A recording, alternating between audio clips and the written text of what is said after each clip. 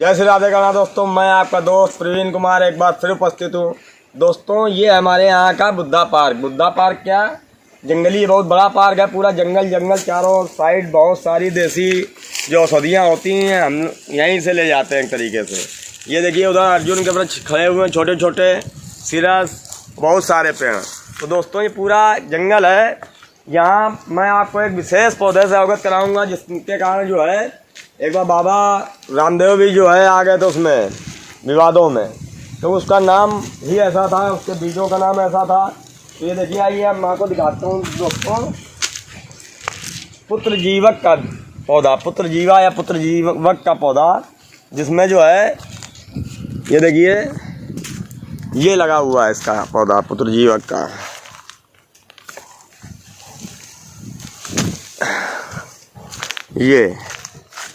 ये पुत्र जीवक का दोस्तों पौधा है। ये देखिए एकदम जो है अशोक की नामा इसकी पत्तियां उसी के आकार की होती हैं। अर्जुन की जो पत्तियां होती हैं उसके आकार की पत्तियां होती हैं। पुत्र जीवक का पौधा ये, इसकी छाल ये देख लीजिए, इसमें सफ़ेद सफ़ेद जो है चितकपरे टाइप के दाने टाइप के होते हैं। फल इसका इसमें नहीं, फल ये देखिए नीचे इसमें फल पड़े हुए हैं, बीज पिछले साल के हैं, ये बीज हैं पुत्र जीवक के बीज। इसके इस समय पकने लगा दोस्तों ये, तो मैं आपको दूसरे 2-3 यहाँ पे काफ़ी सारे पौधे लगे हुए हैं,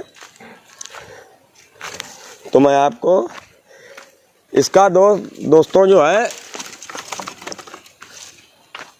शिवलिंगी, सफ़ेद कटेरी, पारस, पीपल, ये सब जो है विभिन्न जो है जड़ी बूटियाँ होती हैं बांझपन के लिए। तो उसमें जो है ये देखिए लगा हुआ पुत्र जीवक का बीज, फल है ये। इस प्रकार का फल लगता है इसमें, देखिए काफ़ी सारे लगे हुए हैं, सब पुत्र जीवक के जो है फल हैं ये। क्योंकि दोस्तों मैंने सफ़ेद कटेरी और शिवलिंगी की डाली, सफ़ेद कटेरी तो डाली थी, जो उसमें जो है काफ़ी लोगों ने देखा सफ़ेद कटेरी की जड़ की काफ़ी मांग की थी। उसका मुख्यतः प्रयोग इसीलिए किया जाता है, इन्हीं कार्यों में किया जाता है। और जितना मैंने नेट पर देखा या कहीं से पता किया, जो है ये शिवलिंगी के बीज और ये पुत्र जीवक के बीज, इनका संभाग में चूर्ण जो है बांझपन को ख़त्म करता है। ये देखिए पूरा पुत्र जीवक। इसका मुख्य उद्देश्य मेरा दोस्तों इसकी पहचान कराना है। इसके पके फल मैं आपको दिखाता हूँ।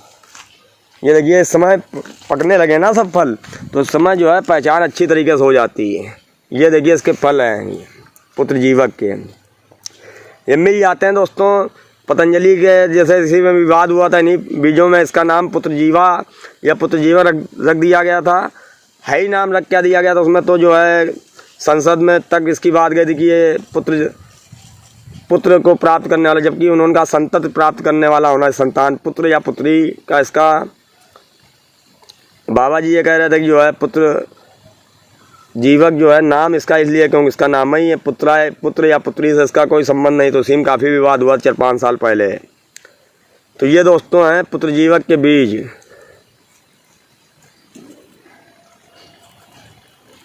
ये काफ़ी सारे पड़े भी हुए, सूख जाते हैं यहीं पे, इस प्रकार से निकलता है। ये देखिए पुत्र जीवक बीज। शिवलिंगी की मैं आपको पहचान करा चुका हूँ, सफ़ेद कटेरी की पहचान करा चुका हूँ। काफ़ी लोग महंगा भी करते हैं, तो इसकी पहचान इसलिए कर दीजिए क्योंकि कोई चीज़ जो है जब अपने हाथ से ली जाती है, क्योंकि इनका कुछ काल होता है, कालखंड होता है, उन्हीं में इनका उपयोग करना चाहिए।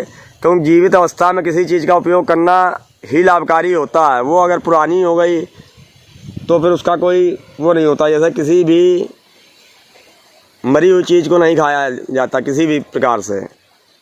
तो इसका क्या होता है कि एक इनका किसी भी औषधि का उपयोग तब तक करना चाहिए कि उसका जो है कालखंड, यानी जैसे इस समय पकने लगे हैं, ये इस समय कोई भी औषधि है या इस समय पक चुकी है, तो उसका जो है अगले साल तक ये इसके बीज ये यहाँ पे उगाएंगे, या तो फिर ये फिर नहीं उगेंगे, अगले साल ही उगेंगे। जो बीज पड़े हुए हैं ये देखिए सब खराब हो गए, इसमें कुछ पौधे उगे होंगे, कुछ नहीं उगे हैं।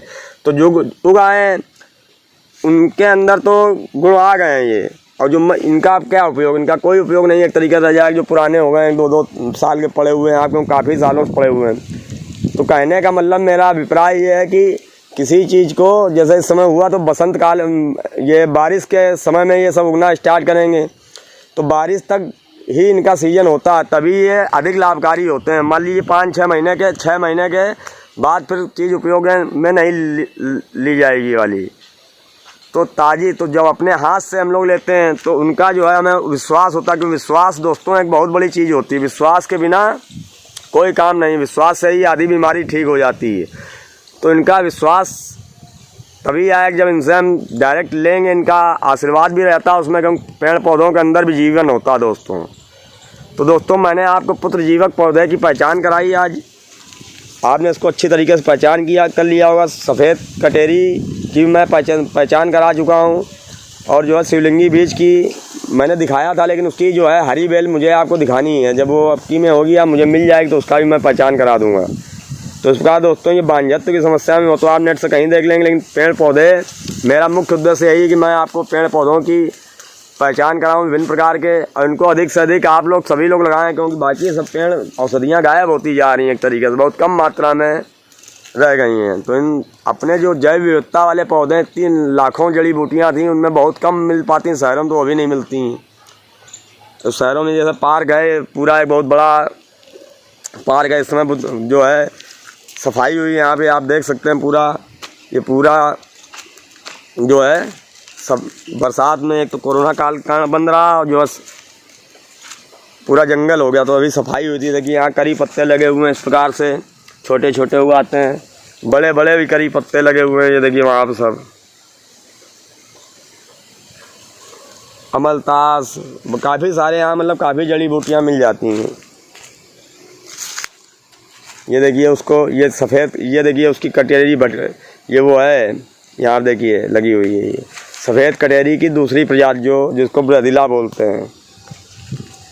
ये देखिए उसके फल, ये एक जगह कट गई थी लेकिन यहाँ चलिए मिल गई है, ये इसके फल पकने वाले हैं।